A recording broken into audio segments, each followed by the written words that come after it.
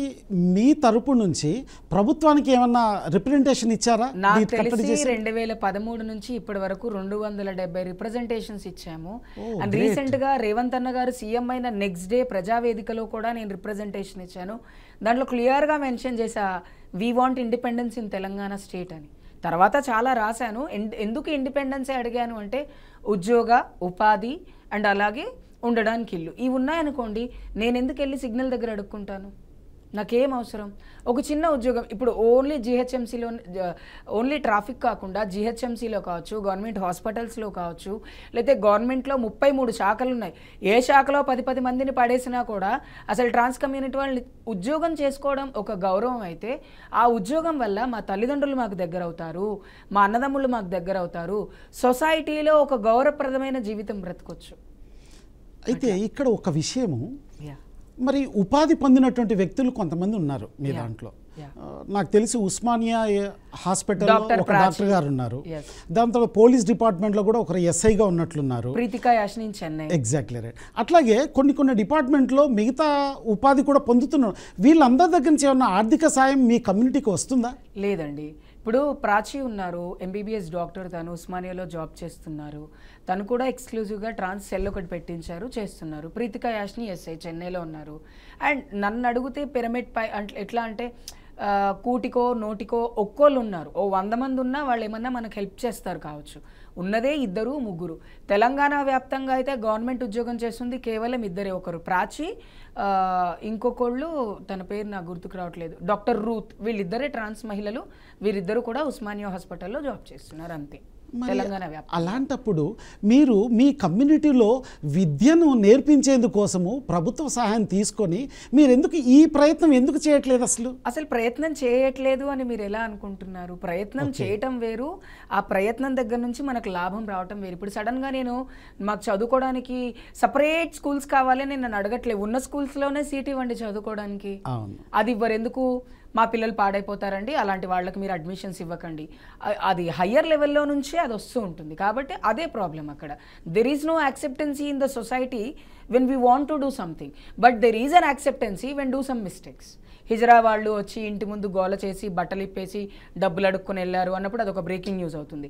లేదా హిజ్రాలు ఎక్కడైనా ఎవరికైనా డెలివరీ చేస్తే పోతున్న ట్రైన్లో హిజ్రాలో ఒక అమ్మాయికి డెలివరీ చేశారు అని చెప్పి అదొక బ్రేకింగ్ న్యూస్ అవుతుంది. అంతే తప్ప వీళ్ళు చదువుకోవాలనుకుంటున్నారు, వీళ్ళకి ఉద్యోగాలు ఇవ్వాలి.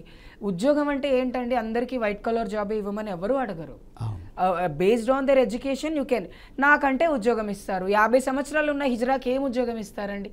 అట్లీస్ట్ పెన్షన్ ఇచ్చి ఇంట్లోనే కూర్చొని ఏదైనా వృత్తి చేసుకునే ఒక అవకాశం అన్నా వాళ్ళకి కలిగించాలి.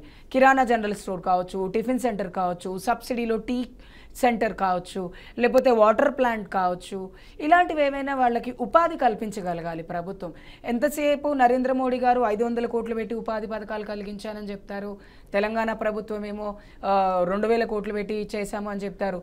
ఇన్ని ఉపాధి కార్యక్రమాలు వస్తుంటే ఒక్క దాంట్లో కూడా మేము ఎందుకు ఇంక్లూడ్ అవ్వలేదండి?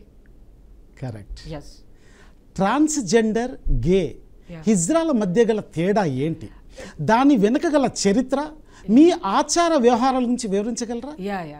హిజ్రా అంటే ఒక కల్చర్ అండి. హిజ్రాకు ఒక గురువు ఉంటారు, గురు శిష్య పరంపర ఉంటుంది. మాకు ఎలాగైతే గుళ్ళల్లో వేద పాఠశాలల్లో అయితే ఒక గురువు దగ్గర నుంచి విద్య నేర్చుకొని ఆ విద్యను ఎలాగైతే డెవలప్ చేసుకుంటారో గురు శిష్య పరంపరలో మాకు ఒక గురువు ఉంటారు. కాకపోతే మా గురువు మాకు నేర్పించే విద్య ఏంటి అంటే ఆట పాట. చక్కగా గజ్జలు కట్టుకొని నాట్యం చేసి పాట పాడుతూ ఎక్కడైతే పిల్లలు పుడతారో అక్కడ వెళ్ళి డబ్బులు తెచ్చుకోండి, వాళ్ళని ఎందుకంటే మా ఆశీర్వాదానికి ఉన్నటువంటి వాల్యూ అది. కాబట్టి మా గురువు మాకు అదే నేర్పించారు.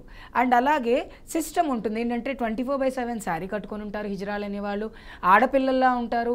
అండ్ ఇంకొకటి ఏంటి అంటే వాళ్ళు ఖచ్చితంగా సంస్కృతి సాంప్రదాయాల్ని పాటిస్తారు. మాకంటూ తల మీద కొంగేసుకొని ఎక్కడైతే ఎలా ఉండాలో చెప్తారు మాకు. గుడికి వెళ్తే ఎలా ఉండాలి, ఇంట్లో ఉంటే ఎలా ఉండాలి, స్త్రీలతో ఎలా బిహేవ్ చేయాలి, పురుషులతో ఎలా బిహేవ్ చేయాలి అనేది మాకంటూ ఒక రూల్ ఉంటాయి, కొన్ని గ్రౌండ్ రూల్స్ ఉంటాయి. సాయంత్రం చీకటి 6 దాటితే రోడ్డు మీదకి వెళ్ళి అడుక్కోకూడదు అనే ఒక రూల్ ఉంటుంది. పొద్దున్నే 4 గంటలకు లేచి పూజ చేసుకోవాలని చెప్తారు. సో ఇవన్నీ కఠినమైనటువంటి ఆచారాలే ఉన్నాయి మీలో, అయినప్పటికీ దానికి వ్యతిరేకంగా ప్రవర్తిస్తున్నట్టు తీరే కొంత బాధాకరం. కల్చర్ని ఎలా అంటే మీరు నిజంగా నమ్ముతారో నమ్మరో, ఒక కొత్త ఇంటి గృహప్రవేశం జరిగింది అంటే నేను చిన్నగా ఉన్నప్పుడు చూసి ఒక 4 హిజ్రాలు వచ్చి డోలకు తీసుకొని వచ్చి కూర్చొని డోలకు వాయించి పాటలు పాడి ప్రతి ఒక్కరి దగ్గర నుంచి 10 రూపాయలు తీసుకొని ప్రతి ఒక్కరి దగ్గర నుంచి వాళ్ళు అప్రిషియేషన్ కూడా తీసుకొని ఎంత బాగా పాడారు, ఎంత బాగా ఆడారు, మీరు వచ్చిపోయినందుకు మాకు చాలా సంతోషంగా ఉంది అని డబ్బులు ఇచ్చేవాడు. కానీ ఇప్పుడు అలా కాదు, మమ్మల్ని భయపెట్టి డబ్బులు తీసుకొని వెళ్తున్నారమ్మా అనే పొజిషన్కి వచ్చాం. That is what culture was misguided by the society and misguided by ఆ కమ్యూనిటీ ఓన్లీ. అండ్ గే విషయానికి వస్తే వాళ్ళకి కల్చర్ ఉండదు. అండ్ గేస్ చూడగానే నువ్వు గే అని చెప్పడానికి ఉండదు.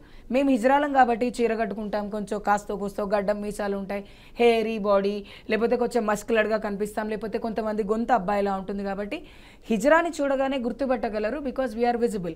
Gas are not visible. గేస్కి ఒక ఆచారం కానీ ఒక కల్చర్ కానీ ఇట్లాంటివి ఏవి లేవు. గే అని ఎప్పుడు గుర్తిస్తాము? ఒక అబ్బాయి ఇంకొక అబ్బాయిని ఇష్టపడితేనే గే అని ఇష్టపడతాం. కానీ హిజ్రాని హిజ్రాగా ఎప్పుడు గుర్తిస్తారు? అబ్బాయిగా పుట్టి ఆడవాళ్లలాగా బ్రతకాలని మాత్రమే తనని తను మార్చుకున్నాడు. ఎవరితోటో పడుకోవాలనో లేకపోతే అడుక్కోవాలనో కాదు. నేను ఆడపిల్లలాగా మారిన తర్వాత నన్ను సొసైటీ హిజ్రా అంటుంది. మరి ఆడపిల్లని ఎందుకు అనట్లేదు? బికాస్ మాకంటూ ఒక కల్చర్ ఉంది కాబట్టి we belongs to hijra community. Okay, but gay community LGB doesn't have any cultures. వాళ్ళు నార్మల్గానే ఉంటారు, వాళ్ళు ఎలా పుట్టారో అలాగే ఉంటారు, వాళ్ళలో చేంజెస్ ఏమీ ఉండవు. జస్ట్ వాళ్ళ సెక్షువల్ ఆప్షన్స్ డిఫరెంట్గా ఉంటాయి అంతే. అందుకనే వాళ్ళని అలా గుర్తిస్తారు.